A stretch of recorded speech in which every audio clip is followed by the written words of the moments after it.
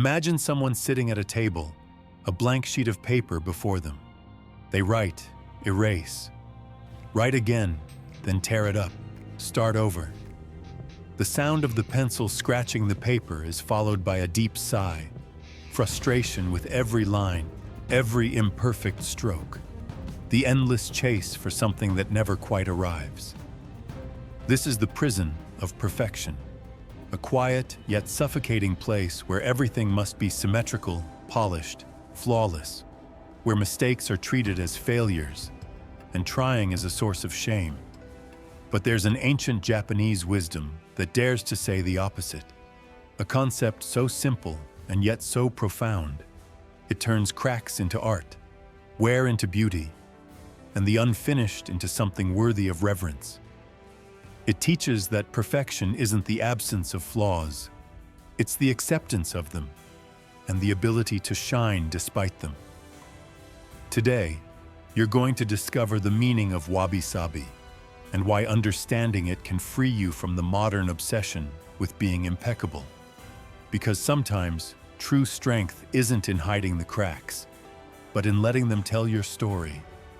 The term Wabi-Sabi was born from an ancient philosophy shaped by the silence of Zen temples and the grace of the tea ceremony. In 15th century Japan, a master named Sen no Rikyu began to challenge the luxury and display of flawless golden cups and porcelain. Instead, he chose simple clay bowls, sometimes with small cracks. He believed that true beauty lived in humility and time, in the marks left by existence itself. Wabi speaks of simplicity, modesty, and a life in harmony with nature. Sabi represents the beauty of time passing, the rusting, the aging, the fading.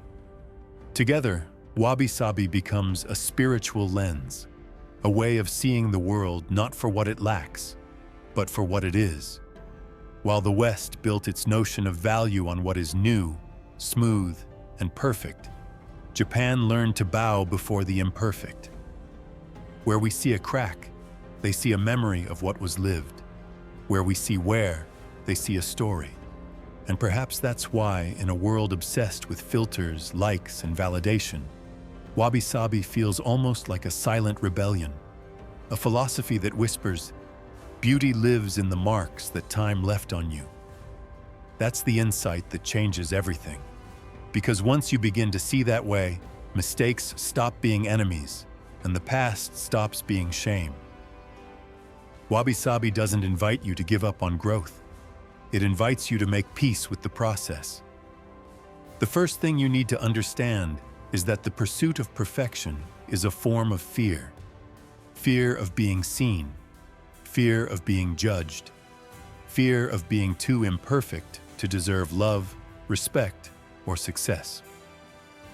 Behind the mask of perfectionism, there is always a desperate attempt to control, a way to avoid the pain of being human.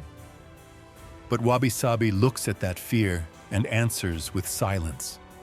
With a calm breath, it teaches, everything that is alive is imperfect, and that's what makes it real.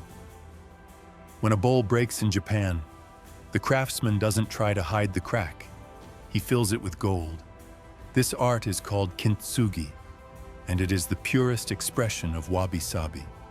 The scar becomes the center of beauty, a mark of honor. Because what was once broken and then restored carries history, resilience, and soul. Think about it. How many times have you tried to hide your cracks, when in truth, they were the very proof of how much you've grown? The second teaching of Wabi-Sabi is about presence. We live in an age that worships what's new, better, faster. But Wabi-Sabi reminds us that everything that truly matters takes time. The ripening of a fruit, the wearing of wood, the aging of a face. There's beauty in not rushing what has its own rhythm. Maybe you've been trying to fix yourself before truly understanding yourself, trying to evolve before being present. And that's why you never feel enough. Here's something few people realize. Perfection isn't the same as completeness.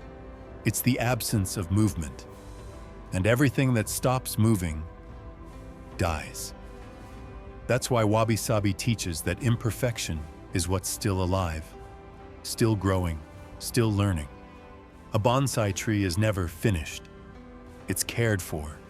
And that's how you should see yourself, not as a completed project, but as a being constantly being shaped. Imagine a Zen garden. Nothing there is perfectly straight or precise. The stones are placed naturally, the sand drawn with patterns that the wind erases in minutes. But it's precisely this impermanence that makes it sacred. In the same way, the controlled chaos of your life may be exactly what's shaping your soul for something greater. Wabi-Sabi is the art of being at peace with what is temporary, with what will never be the same twice. And within this philosophy lies another quiet lesson: humility before time. In Japanese culture, an old cup isn't just an object. It's a companion of decades, a witness to lives lived. We in the West tend to discard what ages, but Wabi-Sabi invites you to bow before what ages with grace, including yourself. Gray hair, wrinkles, the marks of your attempts. None of these are the end of beauty.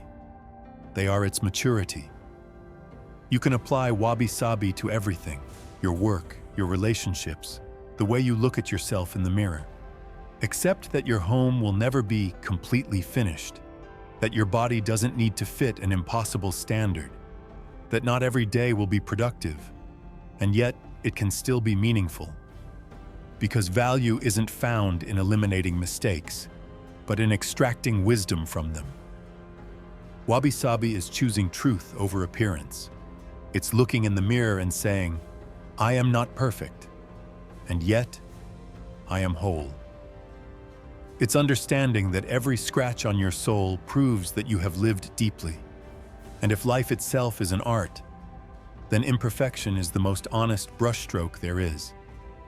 You might think, but if I accept my flaws, won't I stop growing? That's the most common misunderstanding, and it's the exact opposite of what Wabi-Sabi teaches. Acceptance isn't giving up. It's starting from the right place.